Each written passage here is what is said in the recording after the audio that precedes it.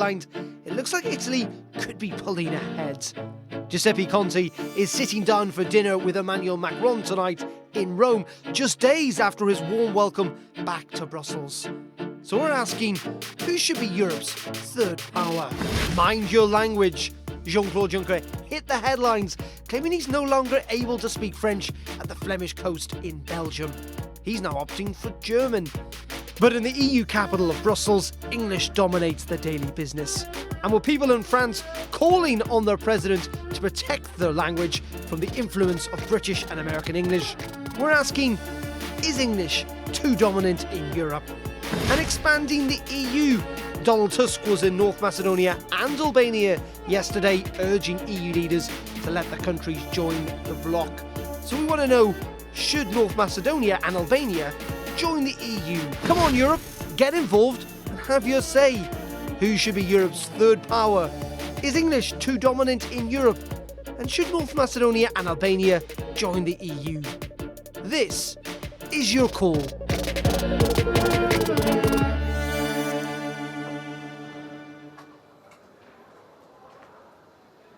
So we want to hear from you over the next 45 minutes or so, but we're also going to hear from our guests as well. First up, we've got Seb Dance. He's the British MEP with the Socialists and Democrats. Good evening to you. Good evening. Seb, what do you think, first of all, about, let's say, European expansion? Is it a good idea, briefly? Yes.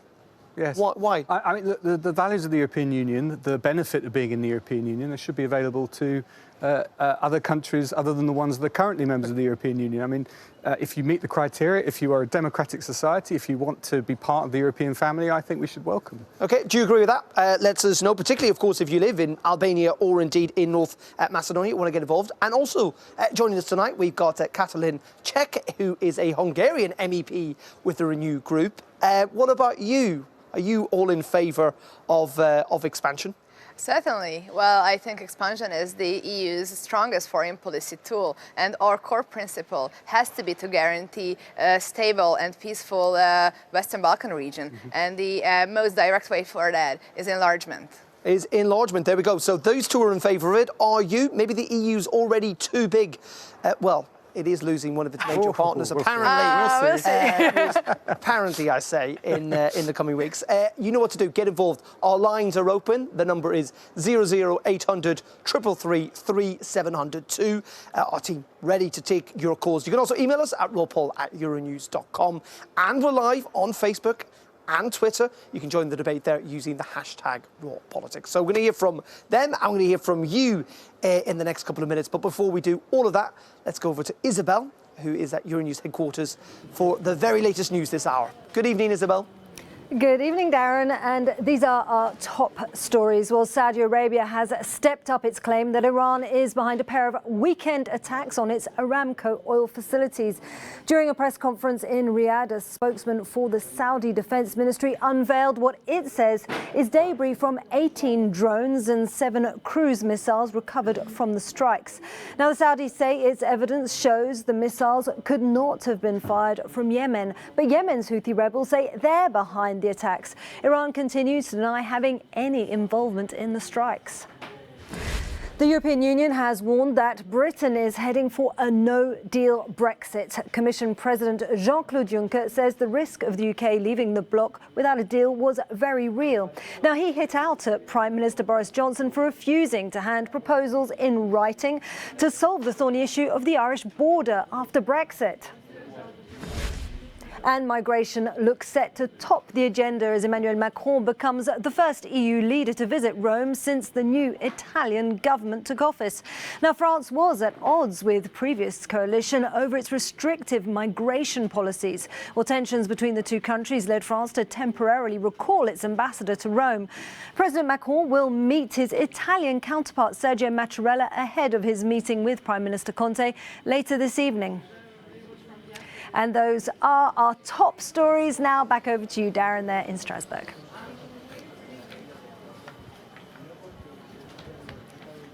Thank you very much indeed, Isabel. Full news bulletin coming up at the top of the hour here on Euronews.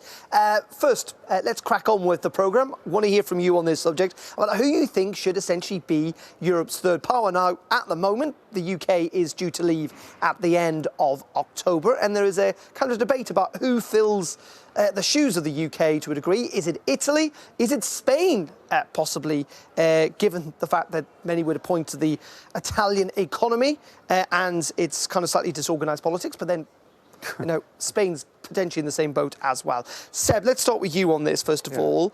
I mean, first of all, who is the third power at the moment? Is it France or is it Britain? Depends what you measure. I mean, if you were to measure military, I suppose you put Britain at the top, but not many people would think of Britain as the first European power, certainly not at the moment. But so who would you like to...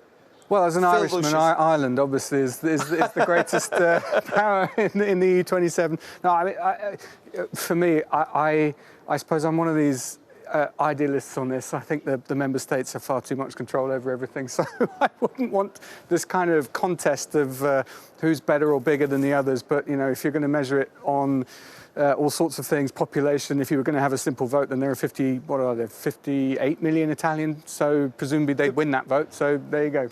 There you go. Catherine? Well, I also think that we shouldn't really engage in that race on who is first, who is second, who is third. We should be working together, because if Europe's continues to diverge and we continue our infighting, we will soon to be the world's third economic power. We are just going down the drain altogether. So it should be about cooperation and not about race and infighting. But we love a good race. Let's get on to Andre, who joins us on the phone from Brussels. Good evening to you. What do you think about this idea of, outside of Germany and France, who is the strongest European power? Well, hello everybody. Given the fact that I believe that the UK should remain in the first place in the EU, in the unfortunate case that this won't happen, I think Poland should actually take the third place for different reasons, but not only because it's one of the new member states, also because I believe it can bridge the West and the East. So the EU and Russia, and having good relations also with the United States, I think Poland should take that place. Ah, interesting. So Poland, which might not be as populous or as economically powerful as some of the other Western European countries, but on the questions about its rule of law, about the very fact that, you know, for the European Commission, they're not necessarily a very good member of the European Union at the moment.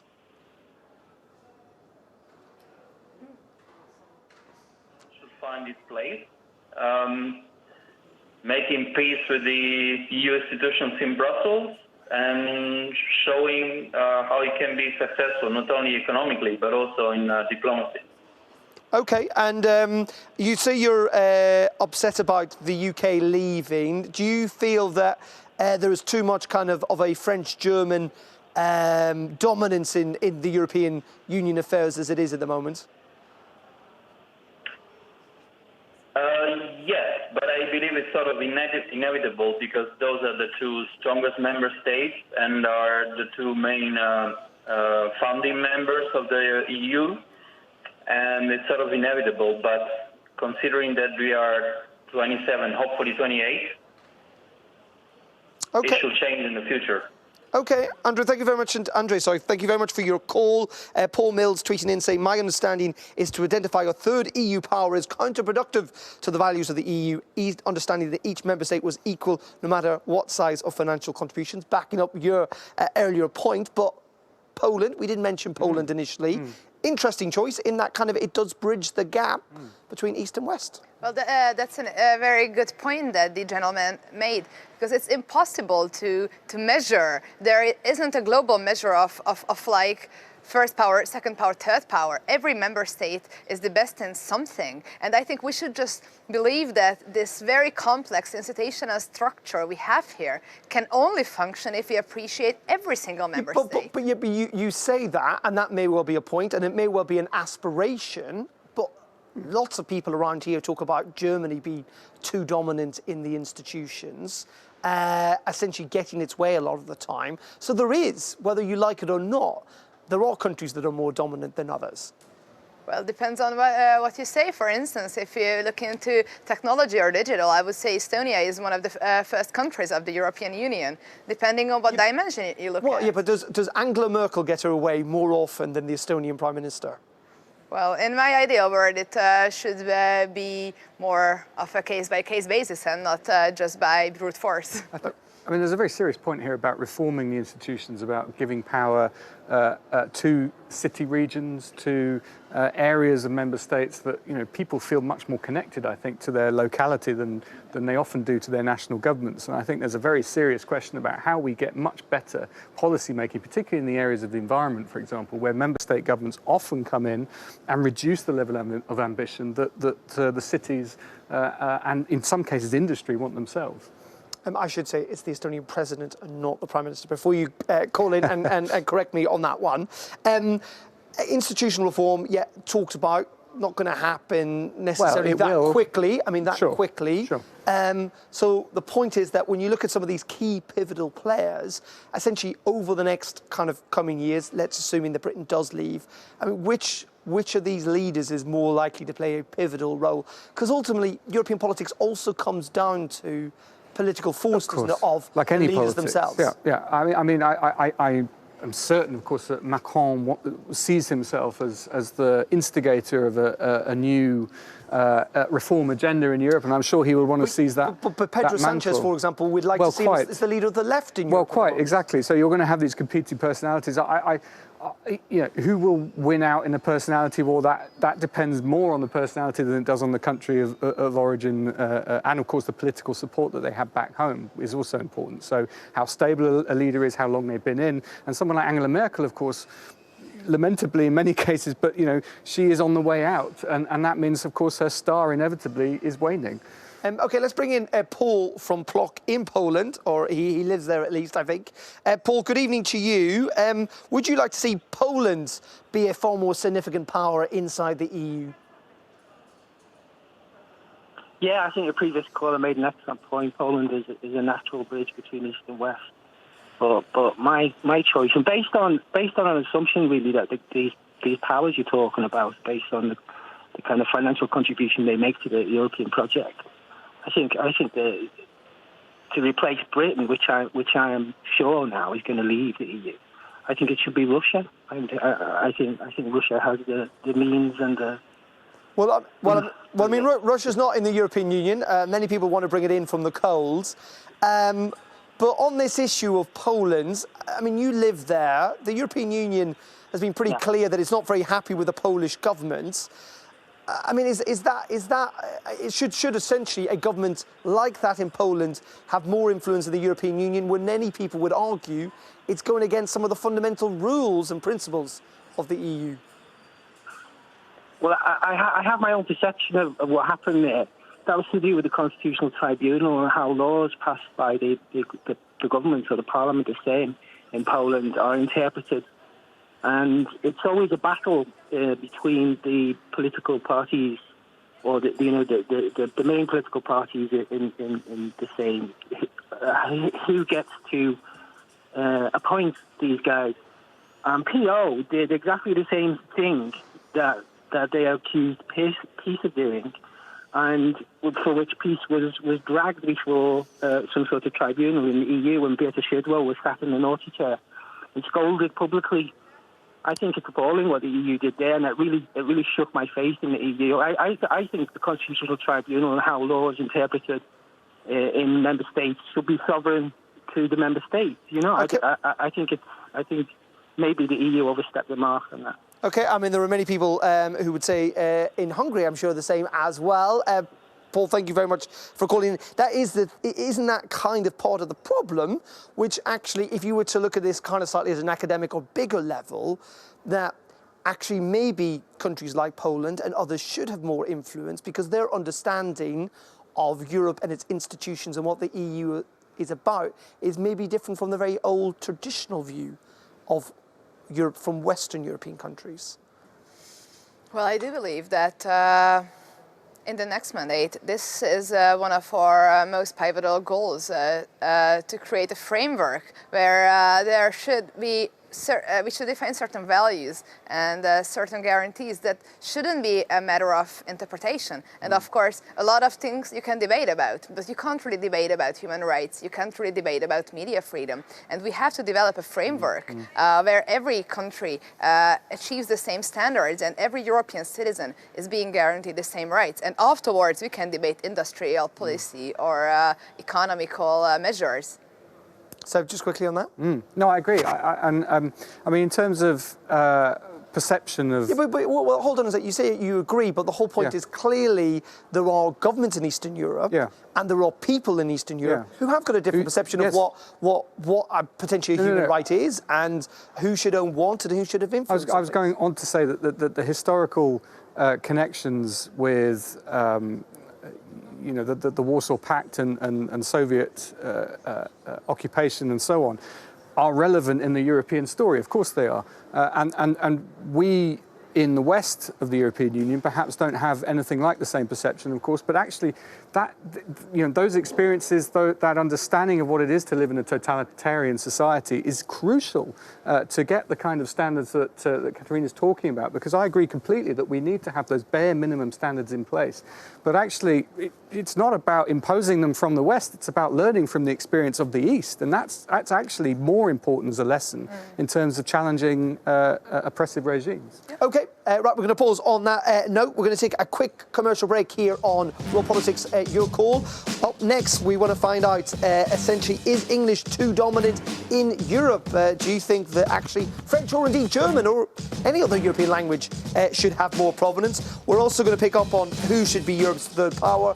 But after the break, should North Macedonia and Albania join the EU? Should the EU get bigger? You know what to do? Pick up the phone, 00800 333 702, I think. You can email us, rawpol@euronews.com. Hashtag #RawPolitics. We'll see you in a couple of minutes.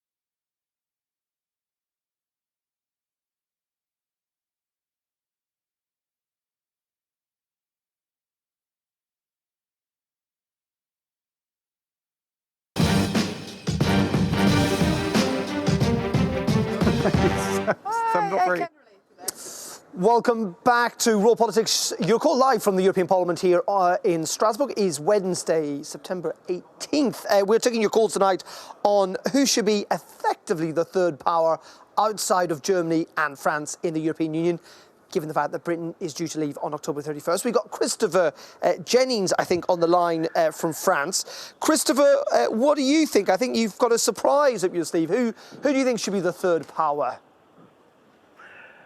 Well, the last power that held any power in Europe, great power, was, until the First World War, which is only 100 years ago, and it held the power for, how long, 100 and 150 years?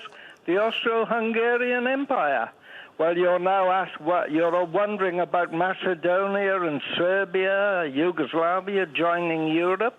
Well, they controlled all of that, and Turkey.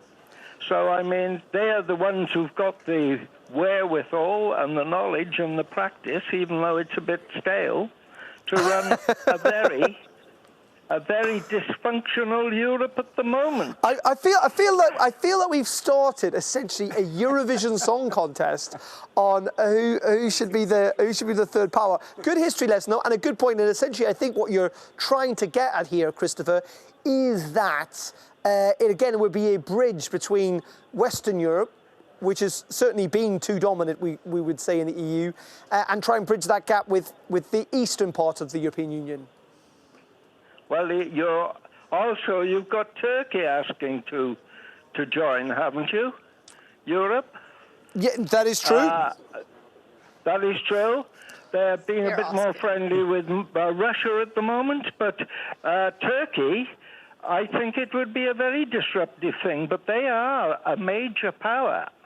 Indeed. So you're campaigning for Hungary. Just before we let you go, Christopher... Austro-Hungarian Empire. An Austrian-Hungarian. They'll have to team up again. And just very briefly on the kind of German Franco alliance that we see in the European Union. Do you think that is too dominant and will become even more dominant when the UK leaves, or if the UK leaves? Well, I think the UK is going to leave one way or the other anyway, but German Franco, no.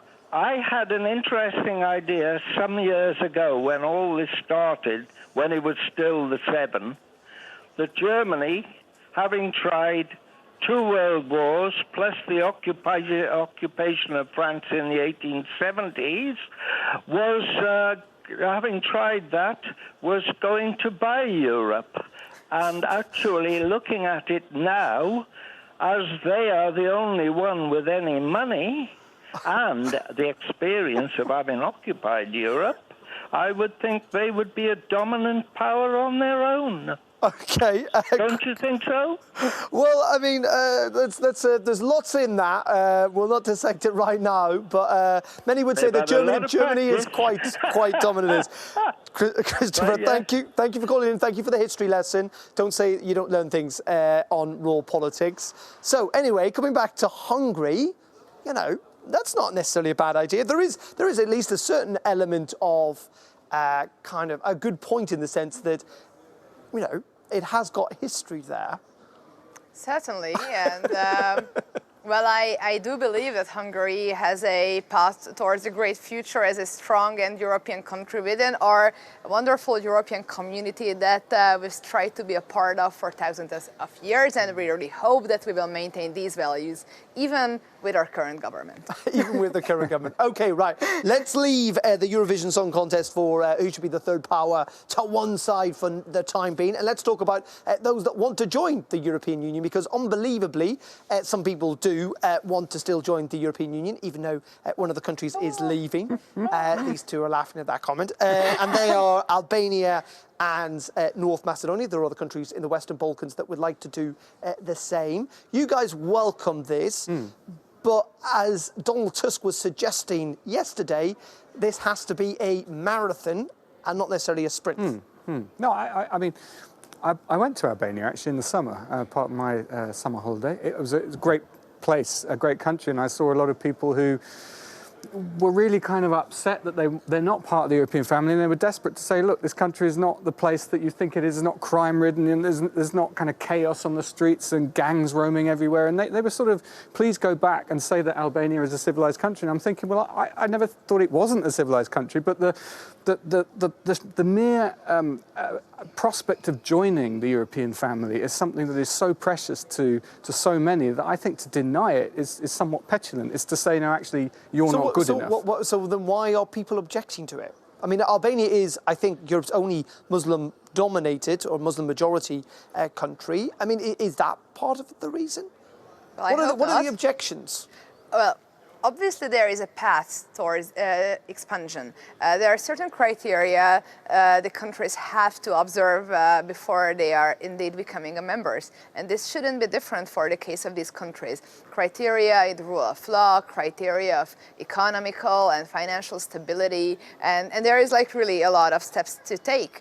But that doesn't mean that these countries shouldn't start walking on this way towards expansion. And I just would like to add to what Seb said. I was also in the region quite a lot of times recently. And we here in this house tend to be a bit of negative when it comes to our analysis of the European Union. But we are indeed a great place to be at. We are a strong power. We are a global power that believes in science, that believes in human rights. That is the best place to live at in the world. I'm truly sure for that. And these countries see us like that. They are very European in mind, and we should let them allow to be European in legal terms as well.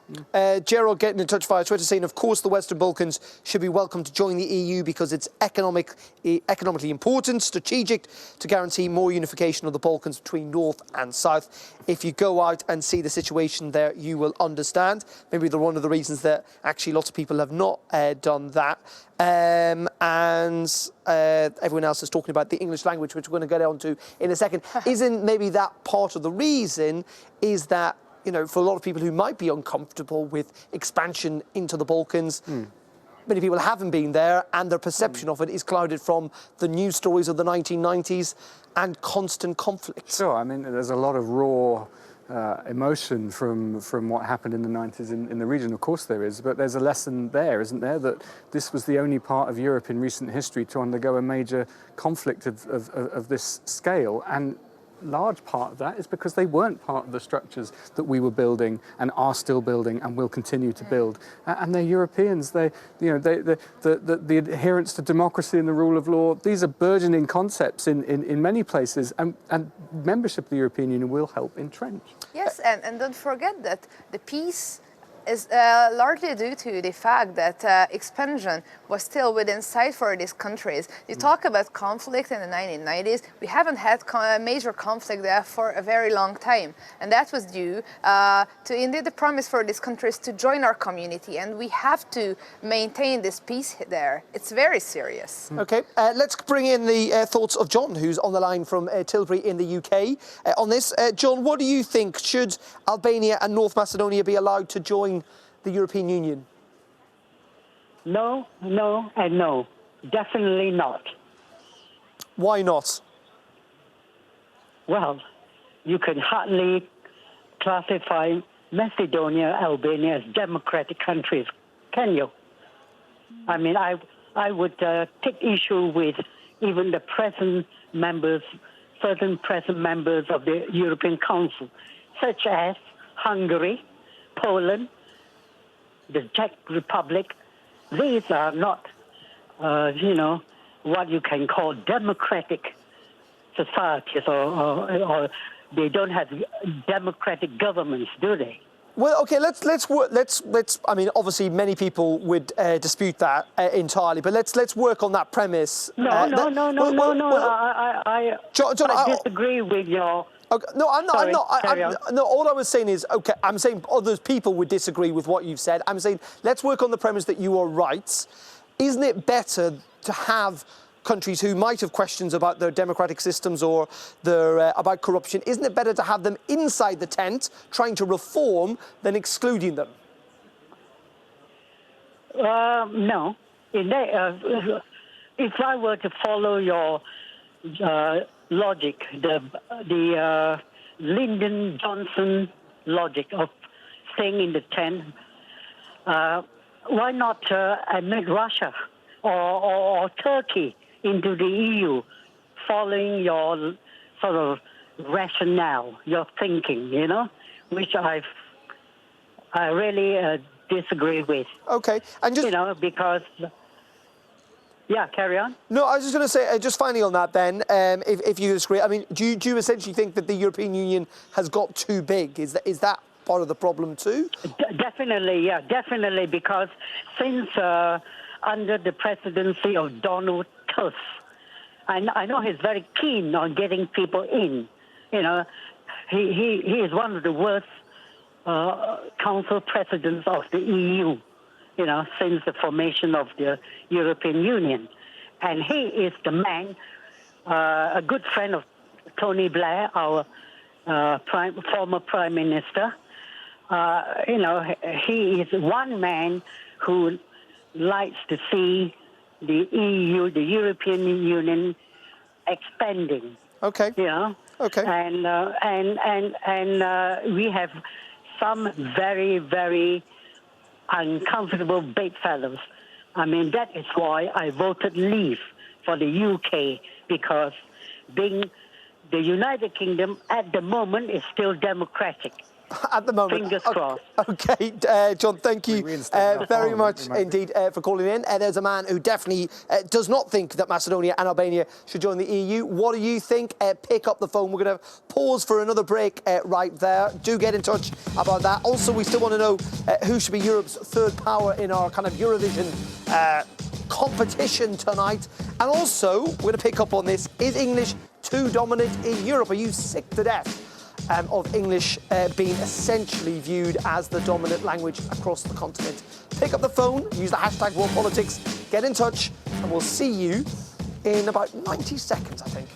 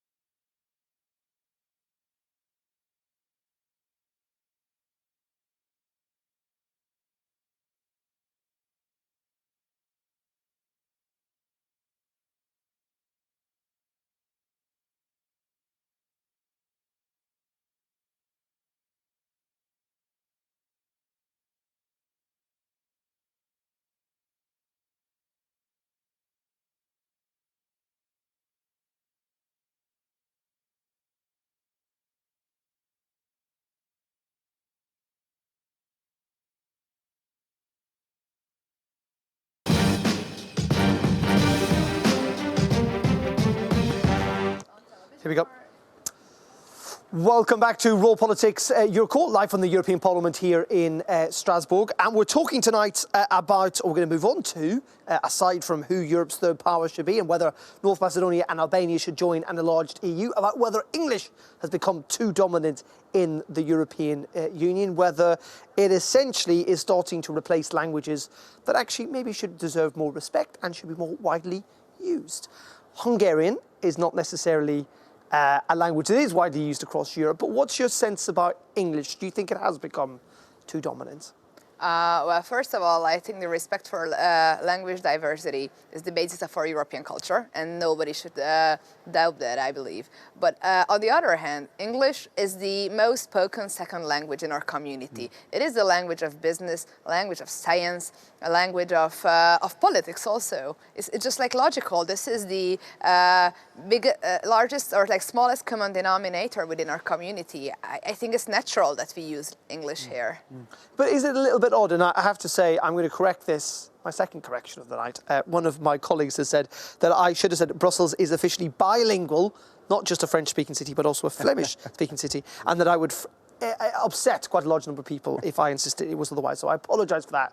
It is bilingual. But isn't the point that, the European Union Parliament is in either Strasbourg, which is definitely in France, Sure. and in a largely French-speaking city in Belgium. So why not more of a reflection of that French identity, which seems to kind of been eroded over the last couple of years in comparison to English? Well, I don't know. It depends whether or not us insiders in the institution, when you go to the cafes, when you go to the restaurants, on doit parler français. That's a necessity, really, in many parts of this building. So I think French is alive and strong, and so it should be.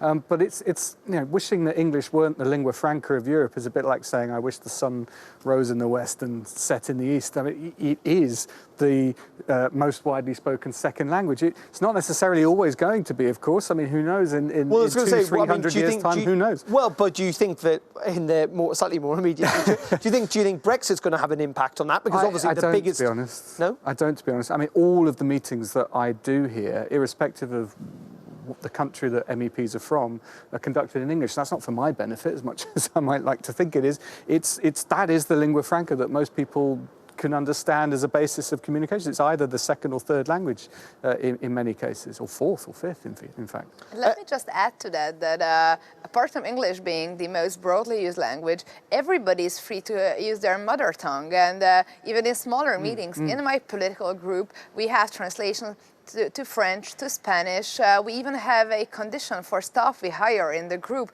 to be able to speak French, or at least willing to learn French. So it's the basis that we are diverse, but like for practical reasons, English is there and it's here to stay. Okay, Andy Bird has tweeted in, if you can bring that up on screen, saying English is the world's international language for politics, business and tourism. French parents, we live in Paris, are well aware that good English is a gateway skill to a better job. Macron is well aware of this, which is why he speaks such good English. And Bill Livingston, is saying that English is an international business language. French is not. Language does change. 100 years ago, French was the international language in many regards. Do you think now it is irreversible, and actually more of this is down to the United States than it is to the UK, for example? Yeah, I mean, historically, obviously, the British Empire was the beginning of English's worldwide spread, obviously, and then the United States, being the world economic superpower, has taken that further. I think probably 30 or 40 years ago, British membership of the European Union helped it spread within Europe as well, and it's this kind of historical accident, really, that English has ended up becoming the most widely spoken language in the world. But of course, it's not the number one mother tongue in the world at all. That would be Mandarin. So, who knows what will happen in the future? I think in terms of first languages, Spanish is ahead of English in the world. Indeed. And German in the European Union, of course, is the most widely spoken mother tongue. We do forget this. One of the guys here tonight said that, don't forget, German is actually, in terms of first speakers, the widely spoken language in the European Union. Right, okay, we have only got 5 minutes left on the programme. We're going to pause for another quick break, and we're going to pick up on your comments and your calls on those 3 subjects about the English language being too dominant. Should Europe expand to include Albania and North Macedonia? And also, what you think about who Europe's third power should be. All that and more in the last 5 minutes. In a couple of minutes, here are Raw Politics on Euronews. Stay tuned.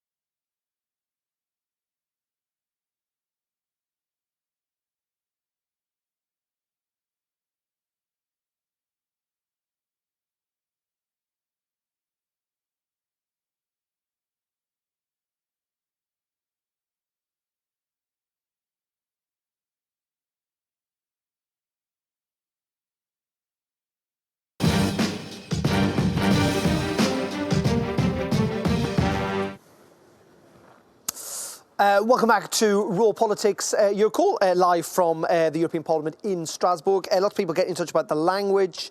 Someone's saying that if the UK has gone through Brexit, none of the countries will have English as the native language. Therefore, English is the ideal language for Europe. I would say Ireland potentially, but again, that is open to dispute as everything is. Someone else saying on the North Macedonia and Albania thing. This is Maurice saying that they might be eligible to join, but only if they do adhere to the rules. Not another case like Romania, where they got the green light only to continue, not to continue those reforms. Let's pick up on this idea about the third country thing just before we go, because we've got a couple of minutes left. We haven't really focused an awful lot on Italy, which in many ways is the obvious choice for that. Do you think, given the political change in Italy over the last couple of weeks, with Salvini kind of slightly sidelined, Giuseppe Conte back as Prime Minister, and Brussels seemed quite keen to keep Italy close because ultimately, yes, it's a populous country, it's a big economy, it also has the possibility to cause an awful lot of trouble if things go wrong. Yeah, absolutely. But I mean, Italy gives me a lot of hope, really, because Salvini was the dominant kind of figurehead for Italian politics for quite a while. The rise of populism and nationalism in Italy, as elsewhere in European member states, was one of the big dilemmas that we faced with, and things can turn very quickly as they have in Italy. It gives me hope back home, of course, in the UK, that a similar turnaround could occur. But yeah, I think it's natural that when political situations allow, when the political direction of a country changes, that we take advantage of that and be open and embrace that change, if, of course, it's a change towards the values and ideals that we represent as committed pro-Europeans.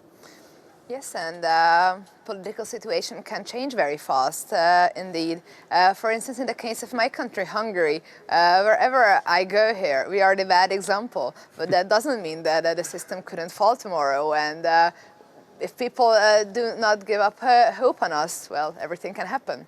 Well, according to our caller tonight, you could be running Europe in the not too distant future, just like you used to do before. Hopefully with a different government. Guys, thank you very much indeed for your thoughts tonight on all those topics. Quite interesting stuff, quite a broad range of stuff, and we certainly got a history lesson from some of our callers indeed. Now it is time for tonight's last word.